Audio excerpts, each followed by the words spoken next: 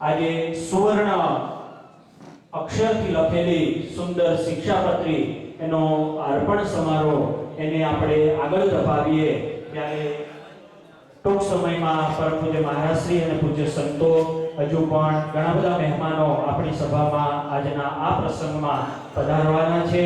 અહીંયા આજની આ ધર્મ સભામાં આપને જાણીને આશ્ચર્ય થશે, સ્વામિનારાયણ સંપ્રદાયના સંતો અને ભક્તો ઉપસ્થિત છે। એ સિવાય મુસ્લિમ બિરાદરો પણ આજે આપણી આ સભામાં આવ્યા છે। જૈન સંપ્રદાયના આચાર્યશ્રીઓ અને જૈન સંપ્રદાયના ભક્તો પણ ઉપસ્થિત છે। અમારે ખ્રિસ્તી સમાજના પણ ફાધર સાહેબ અહીંયા બિરાજમાન છે, એમના પણ અહીંયા ભક્તો આજે ઉપસ્થિત છે। આજે ખૂબ મજાનો અહીંયા સમન્વય થઈ રહ્યો છે।